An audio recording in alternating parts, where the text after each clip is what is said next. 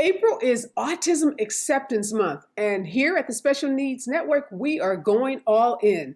All week long, we are talking to families, autism self-advocates, and experts on autism. From love on the spectrum to the latest research on the fastest growing childhood disorder, we got you covered. Coming up next, you're going to meet a family that's raising a child on the spectrum, and you're going to talk to some experts about the latest trends in the autism community.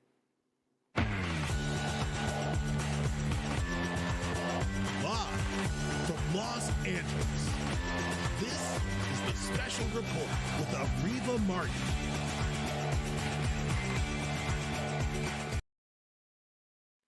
Autism has been described as the fastest growing childhood disability in the country. According to the Center for Disease Control, the CDC, autism now impacts 1 in every 44 children. That's a lot of kids born in the United States. And we know that, according to the CDC, boys are 4 times more likely than girls to be diagnosed with autism. And as more and more children and adults are being diagnosed, the focus by most autism organizations, as well as a lot of governmental entities, is shifting away from this notion of finding a cure and doing research to find a cure to promoting acceptance. That's being promoted in terms of how we describe autism, how we celebrate the month of April. The name has actually changed from Autism Awareness Month to now Autism Acceptance Month. But what does it really mean to accept a child or an adult that has autism?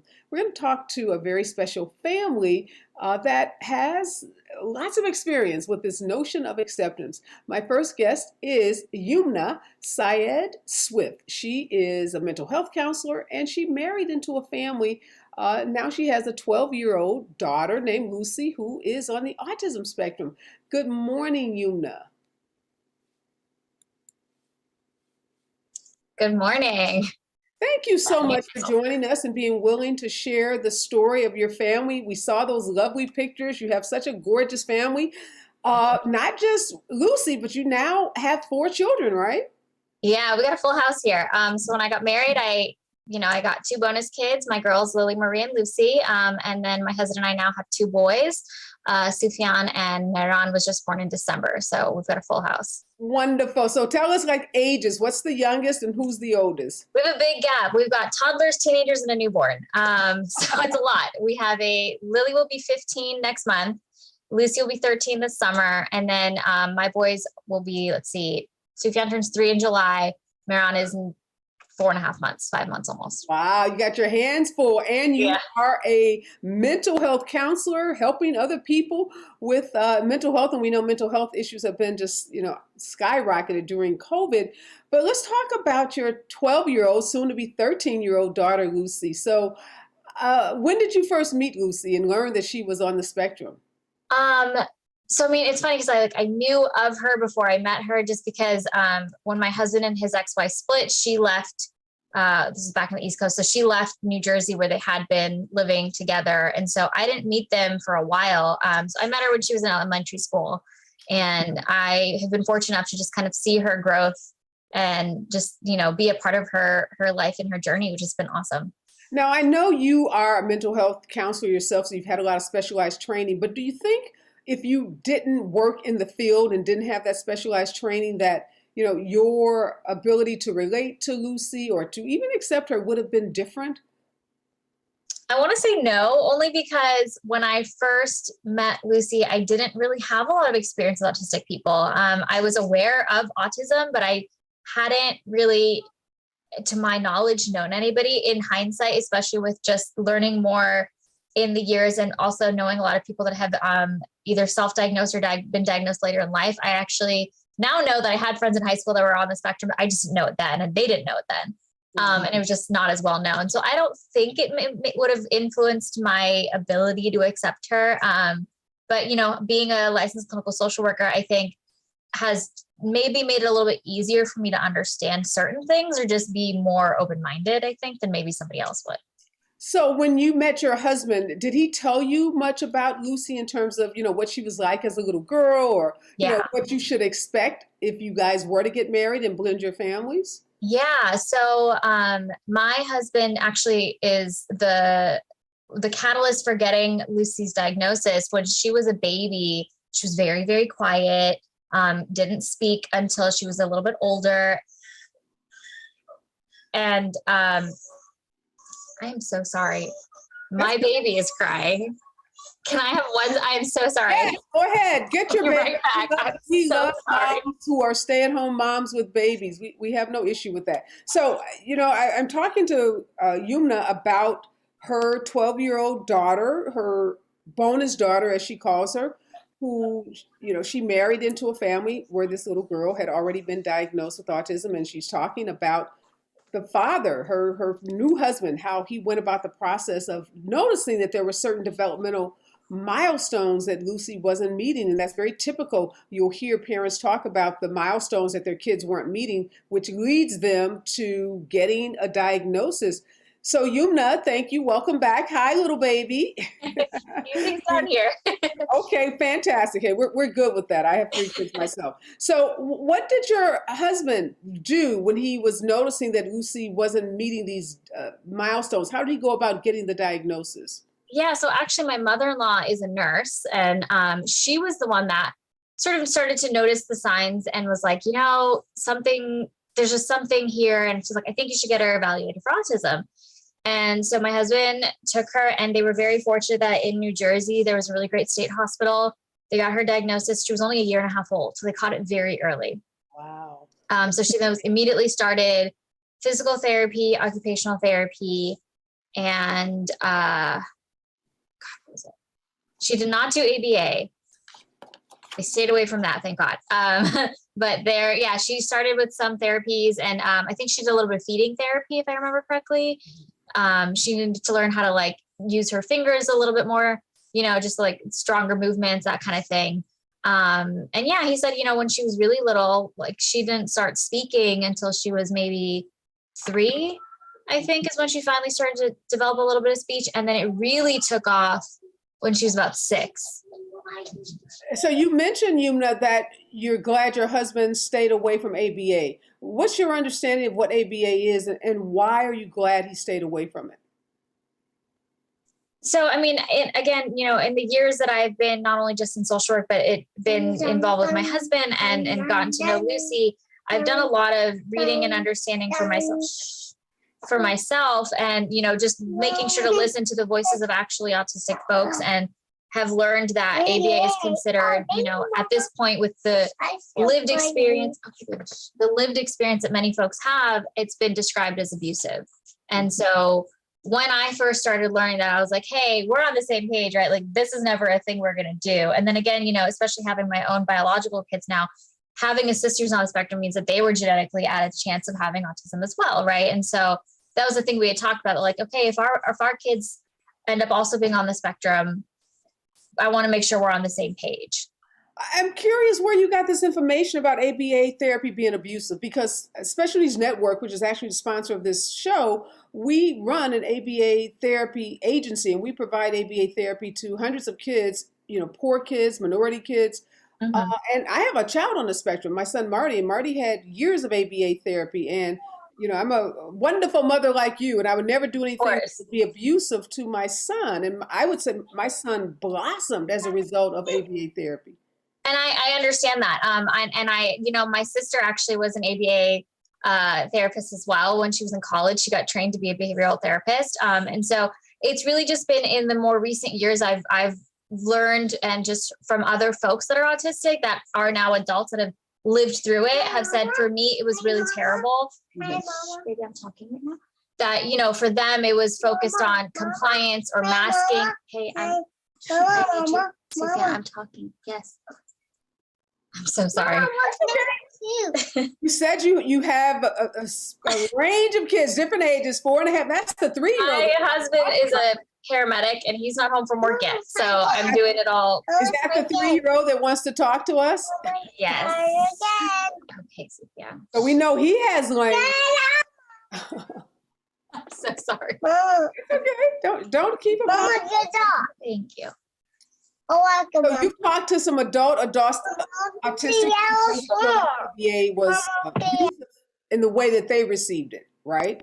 Yes. And, I think that it's important to recognize that things have, Mama, get up. thank you. It's important to recognize that things have also changed over the years. And so maybe the folks that have these traumatic experiences aren't experiencing in the way that it's being done now.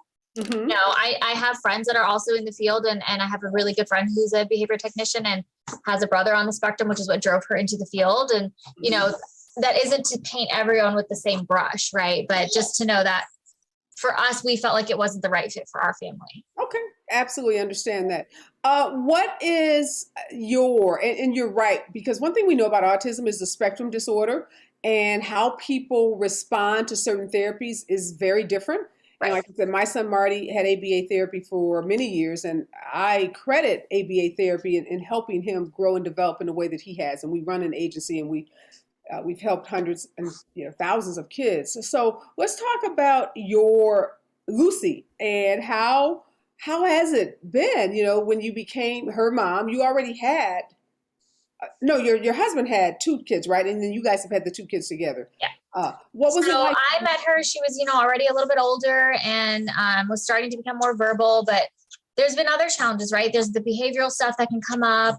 So I remember there was a time where, she was really into watching certain things, and then she couldn't differentiate that, the videos she was watching on YouTube weren't reality. So she would mimic the behavior, and we had to explain to her, like, hey, these things you're seeing in the videos, like, that's not okay. And having to kind of teach her, like, this is somebody is acting, right? And why is that different than how we behave in real life, that kind of thing. But she's been really fortunate that, especially here in the Austin area, they go to school in the Austin School District. They have a really wonderful supportive program. And so the school that she went to for elementary school had a really wonderful resource program. And I really credit them for her growth in elementary school. And then now that she's in middle school, they have a program here called SCORES, where, it's a class that she has every other day. And at any given moment during the school day, she's allowed to go back to that class. It's her support needs. If she's feeling overwhelmed, if she's feeling tired, if she needs a little extra help with homework. So just knowing that she's got that safe space at school is really, really helpful for us as parents to know, like, there is somebody out there looking out for her when we're not there. Yes. So, Yumna, of the month, Autism Awareness Month, there's been this shift in terms of acceptance, and we now call it Autism Acceptance Month. Now that you are a mother of a soon-to-be teenager on the spectrum, what is it that you want other people to know about autism and raising an autistic daughter that you think the public doesn't know? I think for me, especially, again, having been around for her now for a while and in her growing up, the thing that I feel most sensitive about is that acceptance piece, right? It's not just about awareness, but acceptance, recognizing that she has what some people might find, sit down, that some people might think are quirks, I guess, right? Like, she has a wonderful imagination. She loves creating stories. And so she'll often be, that's like a topic of conversation for her, right? Is whatever her latest special interest is. Lately it's been Encanto. So she makes up these stories about the characters, and we talk about their personalities, and it's really fun. But I think for people that don't know her, maybe meet her for the first time, to them, it's like, well, this is weird. Why are we talking about this? And so I think my fear, especially as she gets older and goes to high school, is like, are kids going to be nice to her if she's a little different than them, if her interests are a little different than theirs are? That's a really tough spot to be in, because, we just want the best for our kids, and we can't control what happens at school if the kids are nice to her or not. She does have a really good group of friends. She's got actually her best friend is also on the spectrum. And so it's really nice that she's got someone that really understands her, and they get along really well. So that, I think, is also its own sort of peace of mind that she's not alone. What do you think we can do, those of us like myself who are an autism advocate and have an agency? How can we help people better accept, like you said, Lucy, a little different, or people may perceive her as being a little different? How do we help people understand that, her differences in some ways are her superpowers? Absolutely. I really just think it comes down to empathy and being a little open-minded. I remember one time when she was much younger, we used to live in New York City, and we would take the subway. And one time we got on the train a little bit later than we normally did, and there were no available seats. Mm-hmm. And she lost it.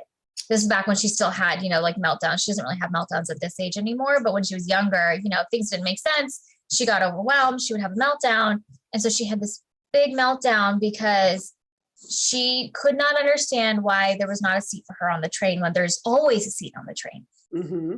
And nobody got up, right? They saw this little girl crying and they just assumed, okay, she's throwing a tantrum, like sucks to be you, right? For us parents. And we actually got on a very full train where this poor woman got on after us and she saw Lucy crying and she tried to get people to give up their seat. Okay. And no one on this New York subway would give up their seat? No one wanted to give up their seat. And this one man actually made a comment to us that it was our fault she was behaving that way. And my husband happened to be with me that day and he yelled at the guy. He was like, dude, she's autistic. Like she cannot control what is happening to her emotionally right now. This is not her just like misbehaving. And so that was, to me, I always think about that. And I think about, you're a grown adult, like, and assuming that you are somebody that has a better control in your emotions or your ability to be empathetic, I would have expected better from somebody. We ultimately, we calmed her down. We got off the train. We did what we had to do, but it was, that always sticks out of my mind of like, I wish more people in those situations would just be empathetic. And I think for me, even before I had my own biological kids, like being Lucy's parent, being in her life just made me more empathetic and more patient. And so, like there's always that story about, oh, well, you're on the plane and there's a crying baby, or you're at the airport and the kids are freaking out. I am the first one to be, especially before I had kids, I'd be the first one to be like, sit next to me. I will help you. Like, I don't care if your kid cries. It's okay. I'll hold your baby. Sure. Because I think it's made me realize I'm like, no one gets how tough it can be in that moment until they're in it.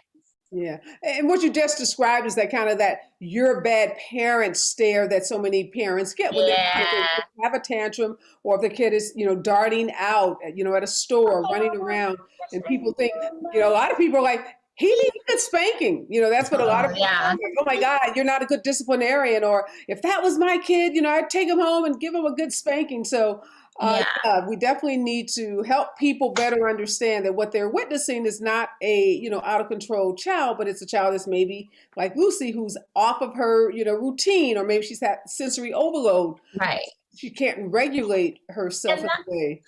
And on that note, that really should apply to all children, regardless of, neurodivergence or being neurotypical. Having a toddler,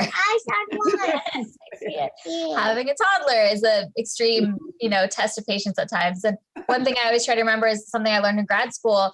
And I see you have Dr. Stephen Shore. I actually went to the university that he teaches at. So we have that in common. I got my master's at Adelphi.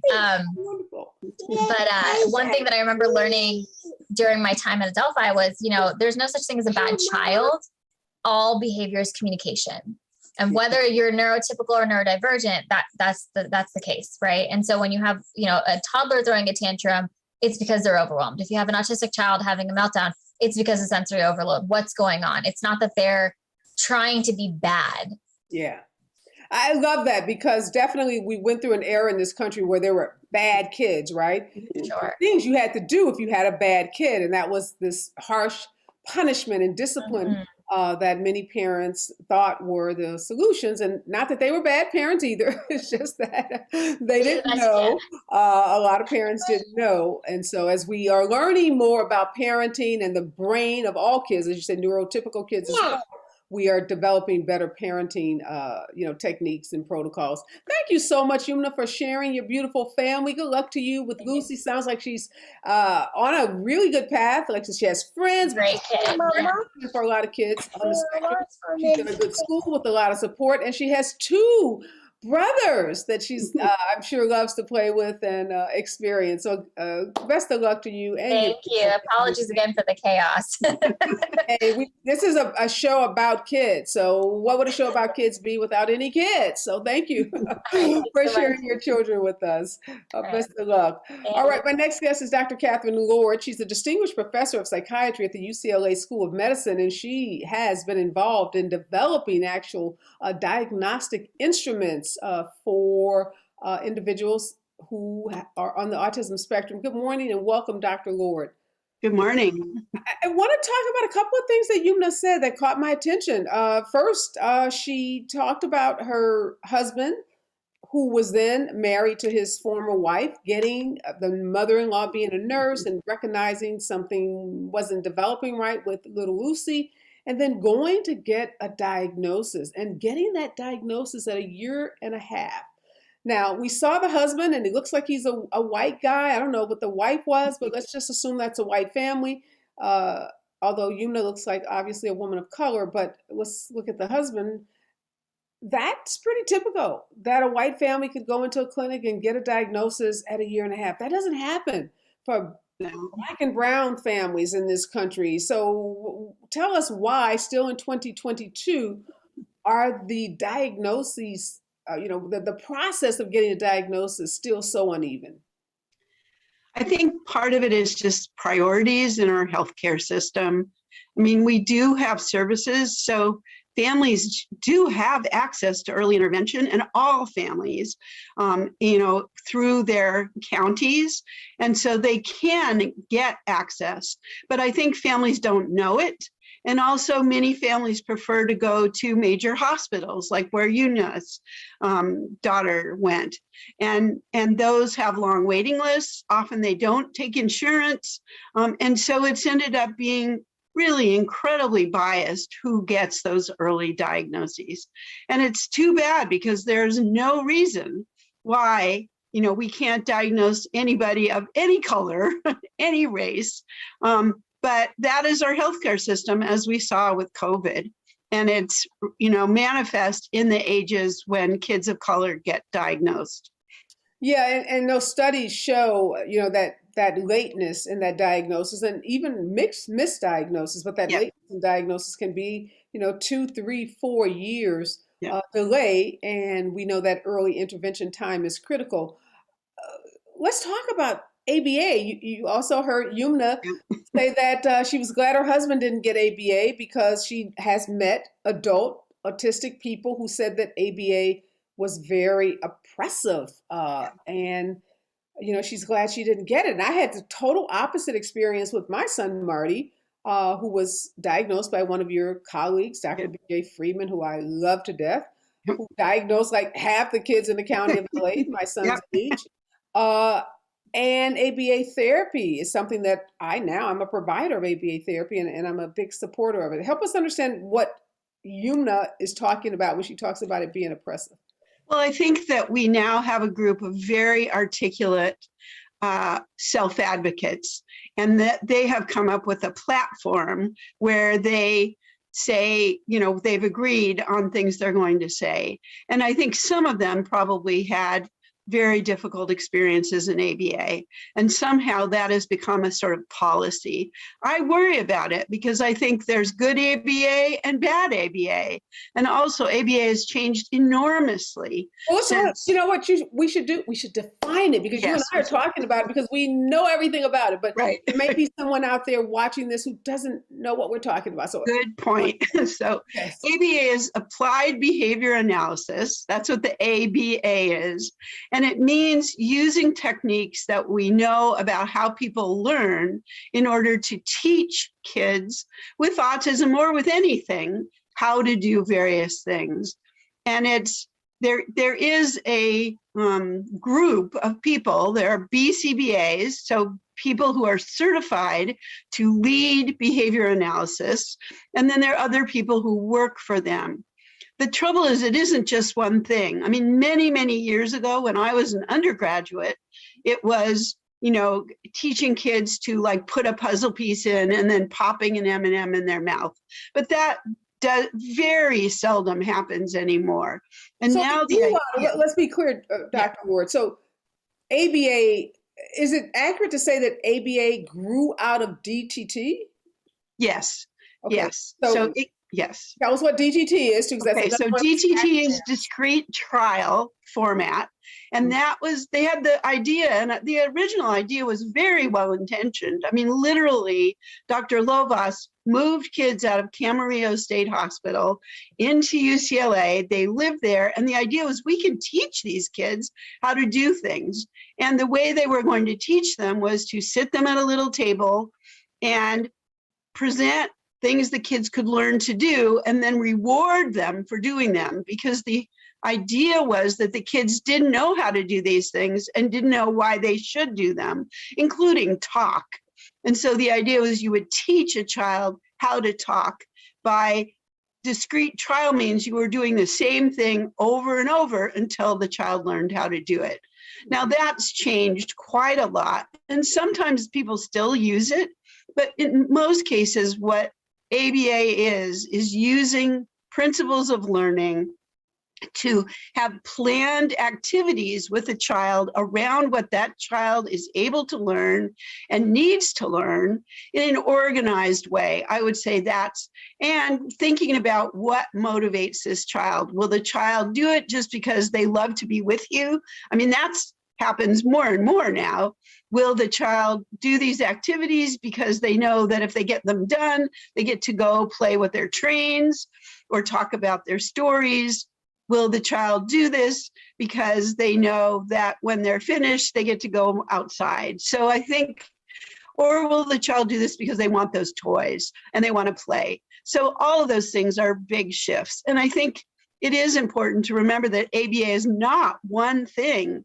It really needs to be built around an individual child.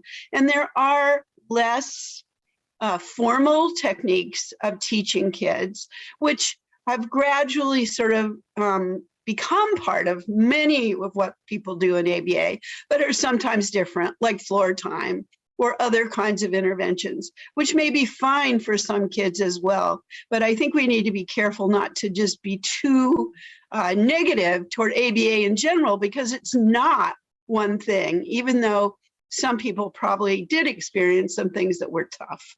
Yeah, and I think what Yumna is talking about, and you just made reference to too, is there is this generation now of very verbal autistic adults who maybe 15 years ago or 20 years ago, when they were children, young children, had this more oppressive therapy intervention where they sat at a table maybe for 4 hours or 6 hours, and they were forced to comply with instructions being provided by a therapist. Now they've grown up and they're saying that was the horrible part of their childhood. Yeah. And maybe it was, but there is, as you said, now this much more evolved way that this therapy is provided to children. And there is this huge movement in ABA now around consent and assent. So both the parent consenting as well as the child also assenting to what it is that's being provided. So most agencies like ours, Special Needs Network, that provide this are really focused on making sure that the treatment plan, the therapy plan is inclusive of the family and the child, to the extent the child has the cognitive ability to, participate in that planning. And then another big issue, which I always had issues with my child, and now, again, as a provider myself, having an opportunity to shape these programs, is the whole concept of cultural competence. Yeah.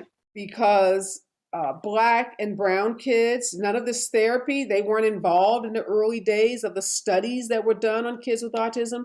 So most of this therapy was created without a recognition of the cultural differences and the family norms and traditions that different ethnic groups have. So we are, as an agency, are very big on making sure we understand what those families, cultures, traditions, and norms are, and the whole issue of race and how race plays into some of these therapies, that they are culturally competent. Which brings me to a question I want to ask you about the diagnostic instruments, Dr. Ward. Now, I talked with a developmental pediatrician the other day, and she said that they're even looking at how the instruments that were developed lack cultural competence and how they remake those instruments that even diagnose autism to ensure cultural competence. What's happening on that front? Well, I think that we have a lot of information, usually though with small samples, about how different kids react to the diagnostic instruments. And we find tiny differences. I mean, there absolutely are, in terms of how kids respond to like different toys. So one of the things is the company that makes one of the instruments that I developed is working very hard to make, for example, the pictures more sensitive to not all white people, make the dolls. We started changing the dolls years ago so that there are all sorts of dolls of different races and ethnicities, but just to be conscious of that. I think that on the whole, the diagnosis of autism has been quite consistent across races, cultures, and countries. I mean, with minor variations. But I think that's true for little kids. As we begin to diagnose older kids, we need to be more careful because I think your culture is more apparent. And we need to be conscious of that. And there's not enough of that. We also, most of the workforce, as I'm sure in autism is white women and now more Asian American women. And we need more men, but we also really need people of different races, excuse me, and cultures. And that's a very high priority. But I think that it's less of an issue in a diagnosis with the kids. I think with the parents, sometimes it's different because I think what people want and what they perceive and the concerns in a primarily white healthcare system are different for somebody of color or somebody from a different culture. And we need to be conscious of that. And we know that, again, kids of color are diagnosed about on the average 2 or 3 years later than white kids. Right. And they're often misdiagnosed. People diagnose Black kids with ADHD and Latinx kids with developmental delay. And we need to really shape up there. And I think your work is very important because we need to help families advocate for themselves, stick up for themselves, and find people that won't do this to you, because I think they're willing, but they're lost in a sea of often bureaucracy. Yeah, and again, Yumna, I didn't ask her the race, but yeah. You and I know that many of these autistic self-advocates who are the most vocal are white males. So yeah. Again, they're not a diverse group that are speaking, and their voices are, in many ways, they have that voice because of those services that they got. Some maybe got, we're going to naturally talk, but we know that they were the kids who got the early intervention. They got the intensity of services. Now, they may not have liked them, but the reality is they had access to services when Black and brown kids, their same age, many of those kids are now institutionalized or not functioning at all because they didn't have that intensity of service. So now we have to be careful, too, with those voices, because those voices are speaking on behalf of just a small slice of the autism community. Why, Dr. Lord, did the CDC, why are we seeing the incidence of autism, go up? When my son was diagnosed, Marty, it was like 1 in 150 kids. And that number went, it kept moving and moving. The last number was 1 in 54. Now we're 1 in 44. I thought we'd be like going in the opposite direction. Yeah. I think, personally, I don't think we don't know if there's more autism. We know that more kids are being identified. And I think that it used to be that autism was like the last resort for a diagnosis. It was the thing that you really didn't want to have. And now I think because it's associated with getting more services, it's associated with strong parent movements, I think it's a more appealing diagnosis and people tolerate it more, and it's more in the news. So I think we're also diagnosing autism in much milder cases than we were 50 years ago. 50 years ago, if a kid talked by the time they were 3, we would say that isn't autism. And now we have kids who are more verbal, but still fit in the criteria. Whether there's something else out there, we don't know. There's no evidence at this point that that it's in the air or in the vaccines or in anything, but we honestly don't. It's very hard to rule that out as well.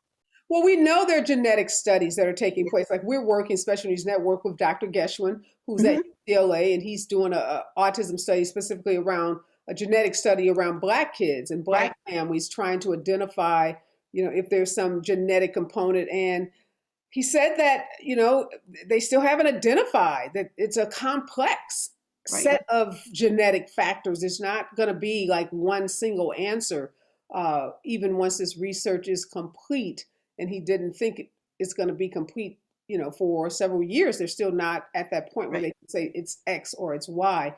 But we are seeing, like, there are stories of people like Elon Musk and other people who are purported to be on some part of the autism spectrum. What do you make of that? We see these really seemingly well-functioning Yeah. individuals who also people suspect to be autistic. I don't know. I mean, I don't know Elon Musk, so I don't know. I do think that there are milder cases than we used to acknowledge as having autism. But I also think right now it is the word du jour. So sometimes people use it, and we can all find parts of ourselves that have autism. I mean, I think, but we wouldn't generally take that diagnosis. So I'm leery a little bit of celebrities announcing that they have autism. But I also think that there are more people out there, and I think we see more and more people who are doing really well who have autism, but as you said, it's often a product of a lot of help early on, and there are people with autism who have intellectual disabilities and people with autism who don't. And we can't, at this point, cure intellectual disabilities. That we can't make that go away. Autism isn't curable, but people work around the autistic difficulties sometimes, but not always. So it's just, as you said, a huge spectrum from people that can't speak for themselves and really cannot, to other people who can very articulately tell us what they've experienced. Is there any group that you would say is underdiagnosed? Because right now we're kind of talking about what some might say is an overuse of the diagnosis. Yeah. Is there any group that you would say, is perpetually underdiagnosed? I think that we worry about girls, and we worry about minority kids, both, because I think now there is a real push from self-advocates. Many of the most prominent self-advocates now, and Dr. Schur can tell you, are female. But I think that, and there are more and more females seeking a diagnosis, sometimes appropriately and sometimes not. But I think it is harder to see autism sometimes in girls. And then I think we need to worry about the same issues of racism and cultural bias that affect all healthcare, particularly when we're talking about young kids and getting them help, and schools, because as we heard from Yunus, good schools can make a huge difference. But our kids, in LAUSD, people are working on it, but oh my goodness, the kids that fall between the cracks are tremendous. Yeah. And we need, and that affects minority kids more than majority kids. It's actually not even majority here, it's white kids. Yeah, and there's documented now, the American Association of Psychiatry, Psychology, Pediatrics, all of those big medical associations have acknowledged that there is structural racism in the diagnosis and treatment of autism. They've come out and just used the word. We used to kind of, whitewash it, talked about disparities, but everybody's full on aboard that there is racism in the diagnosis and treatment. I want to ask you about these adults, though, before I let you go, Dr. Ward, because it used to be, I thought, from some of my developmental pediatrician friends, that there was a reluctance to diagnose a 25-year-old or a 40-year-old. But are you seeing now more adults showing up in offices like yours and they're getting a diagnosis of autism? And then what do they do with it? Well, there definitely are more adults who refer themselves. That is absolutely true. I think the proportion of adults who get diagnoses of autism is lower than the proportion of kids. So if we look at the kids who come to our clinic, probably 80% of them actually do have autism.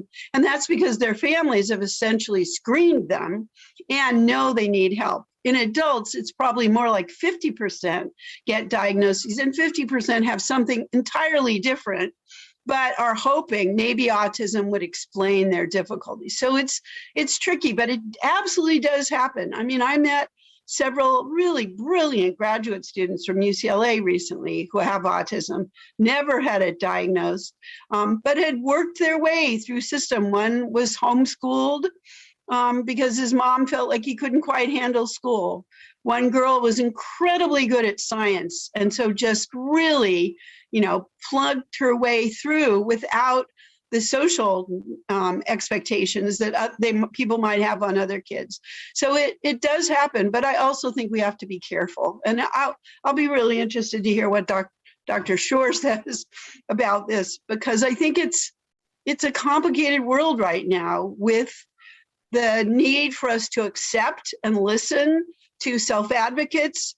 The self-advocates are very different than the patients I see, adult patients, because the adult patients are coming asking for help.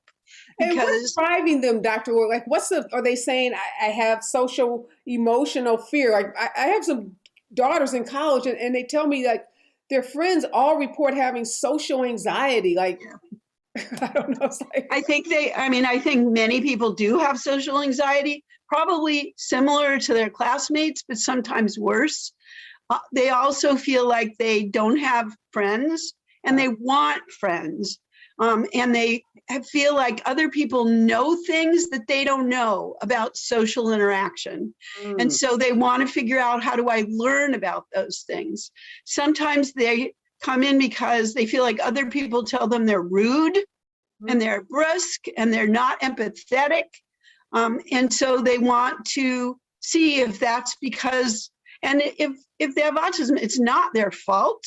They really are missing things. On the other hand, they can learn to do this. And so saying this is not, we can't blame you, but you do, if you want to change, we can help you. So it's kind of funny, Dr. Wood, are like all the kids that we used to call weird or odd now, like coming in, trying to see if there is a name for their behavior? Well, I think that sometimes happens, not always, but I think, in the teen years, it starts, for families who have a child who is very unhappy and uncomfortable, autism may be a more appealing diagnosis than the other things that we might call that. But again, as you said, that is really also a primarily white, middle class phenomenon. And let me be clear, this stigma of autism is still a stigma in minority communities. So they're not, I don't know any Black families rushing to get their kid, diagnosed as autistic. So right. There's so many racial components to this. I could talk to you forever, but I got to get to Dr. Shore. Yeah.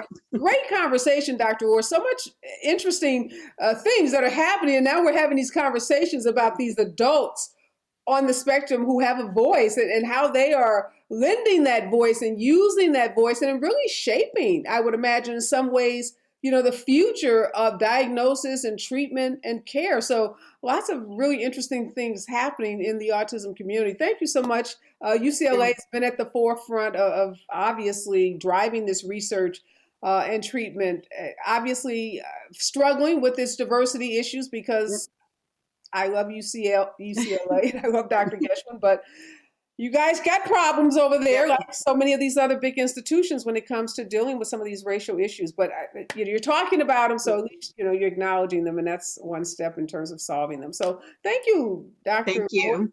I'll have you back. We have to continue this conversation. All right, Dr. Shore, you're up next. Professor at Adelphi University, an autism self-advocate yourself, a prolific author. Your latest book is College for Students with Disabilities, and you're on the board of Autism Speaks. Welcome back, Dr. Shore. Always, it's great to be back with you. We're having this really interesting conversation, and your voice is so important on this because you kind of fit into a lot of these categories. You're white male. You'd be considered, I guess, a middle class, upper middle class, affluent, I would imagine, white male, autism advocate on the spectrum yourself, playing a role with a national autism organization like Autism Speaks. I want to talk about all of that, but first I want to just ask you about your book on college students. Are more kids on the spectrum going to college? Oh, absolutely. Because with this greater awareness and acceptance, comes more research and comes development of better interventions and educational strategies for teaching and educating autistic individuals. So what that means is we're seeing increasing numbers of autistic students coming to college, and colleges realizing that that there is a population of autistic students that they can provide support for. So a number of colleges, including Adelphi University, have programs especially for autistic and otherwise neurodiverse students. What are some of the success factors, those students that are able to get through college? And I actually have an autistic young man that works for me. He has 2 degrees from a major university here in Los Angeles. What are some of the things that are making it more, or helping them be more successful, kids on the spectrum in college? I think helping autistic students with, you might say, the soft skills of going to college. So at Adelphi University and many others as well, I'm sure, students apply and get accepted or not accepted based on various credentials. And then once they get accepted, they're welcome to apply to the Bridges to Adelphi program. And the research that we've seen is that students in the Adelphi program have a higher grade point average than the general population. They also have a higher rate of degree completion. Insofar as after graduating, I think we still need to do more research on that. But you said what's helping them be successful is working on the soft skills. So you mean those social skills? Yeah, exactly. So the social skills that Catherine Lord was talking about, that we are now becoming more aware of, us autistic people, and realizing, well, gee, it seems so easy for everybody else to engage in whatever that social activity is. I'm wondering if there's a strategy that can help me do that same thing. Mm-hmm. And fortunately, we do have these strategies. And I think that's helping, whether it's social interaction on campus or in the classroom or living as an adult. Mm-hmm. So, Dr. Shore, big debate in the autism self-advocate and the advocate community about how autism is represented in images. So, the puzzle piece, which continues to be on the front page of the Autism Speaks website, which you're a board member of, that puzzle piece has come under attack. Many autism self-advocates say that puzzle piece does not accurately reflect them, and they don't want to be associated with the puzzle piece. Some say it's puzzles are for babies and they're grown-ups. Some say that puzzle piece represents them being mysterious, or there's something missing, or about them, and it doesn't reflect them. Says that they're not a riddle, they're not a puzzle to be put together. Where do you stand in that debate? Well, the Autism Speaks, in addition to the puzzle piece, there's a whole history of with Autism Speaks in terms of self-advocates that we may be able to get into later, either today or in another show. But specifically the puzzle piece, I don't like thinking of us as puzzles. The way that I frame the puzzle piece is, what can we do to provide supports that will empower autistic people to be successful? And if you want to call that a puzzle, I guess that's okay. But we aren't puzzle pieces. I think a much better symbol that autistic people, that we can use as autistic people, is the rainbow infinity symbol. Mm-hmm. And that's not just for autism, it's for neurodiversity as a whole. Mm-hmm. And autism is, it's right there. And autism is part of neurodiversity. Mm-hmm. So that symbol, you think, better reflects where autism self-advocates like yourself want. That image is more reflective of where the community is today. And we're talking about changing trends in the autism community, because there are lots of kids who now are grown-ups and they're finding their voice and they're speaking out. And the other issue, Yumna, my first guest, we heard talk about ABA. Were you, Dr. Shore, a kid that that had ABA therapy when you were growing up? And what are your thoughts about ABA as a whole? All right. Well, I'm really interested in finding out what degree Yumna got from Adelphi University. And what I found fascinating about her discussion was that it paralleled a lot of what my parents did. And when I got diagnosed back in the early mid-60s, there was so little known about autism, and institutionalization was recommended. Fortunately, my parents, like we see ever increasing numbers of parents today, Yumna is one and many others, they advocated on my behalf and they convinced the school to take me in about a year. And it was during that year that my parents implemented what we would today refer to as an intensive home-based early intervention program. And this was a program emphasizing music, movement, sensory integration, narration, imitation. It probably looked more like one of the developmental approaches we have today, such as the Miller method or floor time or RDI. It was more play-based and more interactive. Even in the 1960s, it was? Even in the 1960s. Not sure how much ABA there was out there. I think it might have been known as behavior modification. But whatever it is, my parents didn't do that either. And the thing with my parents is that they were not educators, they were not researchers. Really, it was just parents desperately trying to reach their child. And what they realized is that instead of the usual strategy of, I'll do something, then you imitate me, they flipped it around and they imitated me, which made me— You never had what is traditional ABA? No, I've never had traditional ABA. Does Adelphi teach ABA? There may be someone who teaches it. I'm not sure. Okay. Like many of us, well, I don't know how many of us, but anyways, for myself, I prefer the developmental approaches, developmental cognitive or developmental relational approaches. The thing with ABA is that it is the only approach I know of where advocates, autistic people, report being traumatized by what I call misapplied ABA. Yeah. It was misapplied. Right.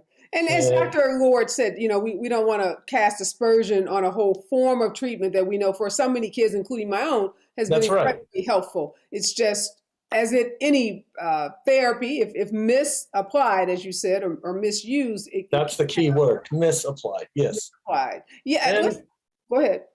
And there's probably situations where other strategies have been misapplied as well. Yeah. Fortunately, as you've said, and as Dr. Lord has said, people are developing much greater awareness of the idea of working with the autistic person. And that's the acceptance piece. Yes. So we've got awareness. We've been at awareness for over a generation. Right. And gotten it to a point where we diagnose autism in a little bit more than 2% of the population. And what people are now realizing is that autism is not something to be cured. It's not something to be eliminated. And this is also happening in Autism Speaks as well, but rather it's something to be worked with. We're recognizing and working with the strengths. And that would be, for example, in an educational situation, the difference between if you meet your goals in mathematics, you now have access to your favorite activity of using a flight simulator, to, well, let's figure out how to teach mathematics using that favorite activity. Right. There's plenty of math. And as we think about A's, awareness being the first A, acceptance being the second, I have a third and fourth A as well that I see us evolving to. And that is, I look forward to the day when we talk about Autism Appreciation Month. Oh, I love it. Okay. Where autistic people are valued for what we contribute to society. And we're already seeing some employers actively seeking autistic individuals as their employees because they know some of us can do certain things better and faster than anybody else. Yeah, and I wonder the therapy. Let's go back to that for a minute, Dr. Shore, about the ABA therapy. Some people, I think, get or misunderstand it to be something trying to change behaviors. Help us understand how intensive therapies, whatever the name is, can be and should be a part of autism acceptance. Yeah, I think it should be. And part of the challenge we face with applied behavior analysis is that it was originally founded on making autistic people indistinguishable from their non-autistic peers. However, I am encouraged by the increasing numbers of ABA practitioners realizing that, well, there's a lot of good strategies within ABA, which is a huge conglomerate. It's not just discrete trial training. It's not just whatever else comes to mind, but it's a lot of things. And the concept of doing a true functional behavior assessment, which is something we need to credit and thank the ABA practitioners for coming up with. And if we do a true functional behavior assessment, in other words, what is the function of the behavior? And the function is probably not to ruin your day as a teacher or a parent, but it's the most rational reaction to a situation that that autistic person has at that point. And if we look at possible sensory issues, medical issues, cognitive, social. Give us something more concrete, Dr. Shaw. Let's say the kid who stems, as we used to think of stemming, right, sits in a circle, sits on the floor and just twirls. That's called stemming. So right. In this world of acceptance, if I'm working with that child as a therapist, what do I do to help that child in the notion of acceptance? All right, well, it's how we think about stimming. And what stimming really is self-regulatory behavior. Everybody does it. Anybody who taps their foot, shakes their leg, doodles with their pencil, bites the end of their pen, twirls their hair, that's all self-regulatory behavior, either up-regulating so you can stay awake, or down-regulating because maybe you're a little bit anxious and the repetitive motions calm you down. So then my next question is it disruptive in a particular situation? If it isn't, then let it be. Okay. If it is, the kid is in a classroom and the teacher is teaching, and that kid jumps on the floor and starts spinning. All right, then I would think about whether there was something else that person could do that's a little bit less disruptive. The child who may be rocking back and forth in their chair or flapping, moving around a lot, self-regulating. What I might do is just go right over to that child and say, here, squeeze this, and pop a therapy ball in their hand. Because that need is going to get met. Okay, so acceptance doesn't mean not working. It's not the opposite of not working on behaviors that can be disruptive. It's trying to find some behaviors or trying to give some strategies to that child to help them regulate their sensory issues, but in a way that doesn't disrupt, say, that classroom. Yeah, exactly. So for the child who does have to pace, for example, between a couple of desks in order to do their work, why not just move them into the back of the room and set up a couple of desks, making it very clear this is not a punishment, but it's so that you can get your wiggles out. So you said, Dr. Shaw, you said all of us, no matter if we have autism or not, have self-regulating behaviors. So is there a difference in, say, the self-regulating behaviors of a kid on the spectrum versus, say, a kid who has ADHD that's trying to self-regulate? Well, I thought you were going to say difference between autism and non-autistic people, non-diverse people. And it depends. I think more autistic people, for example, flap than people who have ADHD. I haven't really looked into self-regulatory actions or categorize them for the people who have ADHD.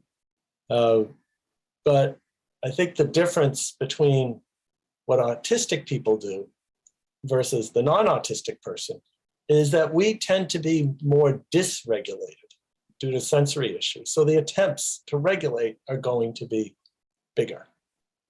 Okay. God, I am out of time, Dr. Shore. So many things I want to talk with you, but I have to have you back. I just think it's so fascinating to be in this moment as a parent of a child on the spectrum and as a nonprofit leader who leads an autism organization to be talking about these trends and where the autism community is moving. I want to talk with you about Autism Speaks because, as you know, Autism Speaks is one of the organizations that's vilified by a lot of these autism self-advocates. They see it as an organization that is, even though you said that you are moving away from it, but being one of the lead organizations in this whole movement to cure autism versus accepting individuals where they are. So I got to have you back to talk about maybe what's happening inside Autism Speaks that the self-advocates and the autism community is not up to speed on, because it sounds like you said there are some changes happening. Oh yeah, I'd be glad to talk about that. Great. Thank you so much, Dr. Shore, for the work you're doing. Good luck with that speech you're doing in North Carolina. Oh, thank you. Thank you. Thanks for joining us from your hotel room. My pleasure, yes. My friend.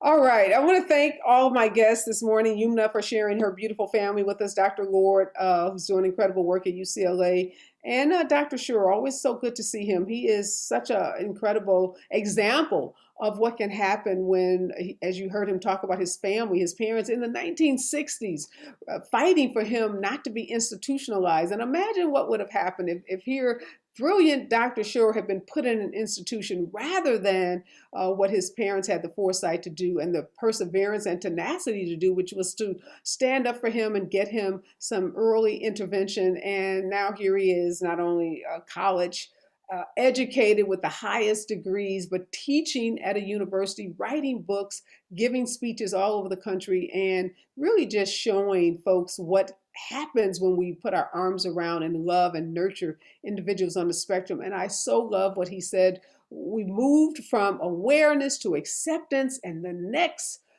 evolution should be appreciation. Yes, this month where we are accepting individuals with autism, we should also be appreciating those that live on the spectrum. I am so grateful for their contributions to this community because I'm a part of this community as a mother of a son on the spectrum. I'm very much a part of the autism community, and I want to make sure that I am doing everything as a mother and then as a leader of one of the nation's premier autism organizations that our organization is moving in the direction that is centering the voices of the very people that we want to serve. And as long as we keep those voices front and center, I'm sure we will be doing what is right and what is going to move forward, what is going to move forward, move the needle forward to make sure that individuals on the spectrum get to live their best lives, their most productive lives. And y'all know me as a civil rights lawyer, I'm going to make sure that's happening, not just for white kids on the spectrum, because we want them to succeed, but we are going to make sure that Black and brown kids receive equity. And so far that has not been happening in this community. We had a lot of work to do. And we at Special Needs Network have dedicated ourselves to doing that work and being the leaders in pushing the needle forward as it relates to this whole question of equity and dismantling these structural barriers and this structural racism that has been noted and been documented in the field of autism. So this week, stay with us. We're going to be talking to lots more experts and lots of other families, and we're going to talk to some of those BIPOC self-advocates, those who don't have the biggest voices on Twitter or social media, but they got a lot to say. Be safe out there. Remember, we're all in this together.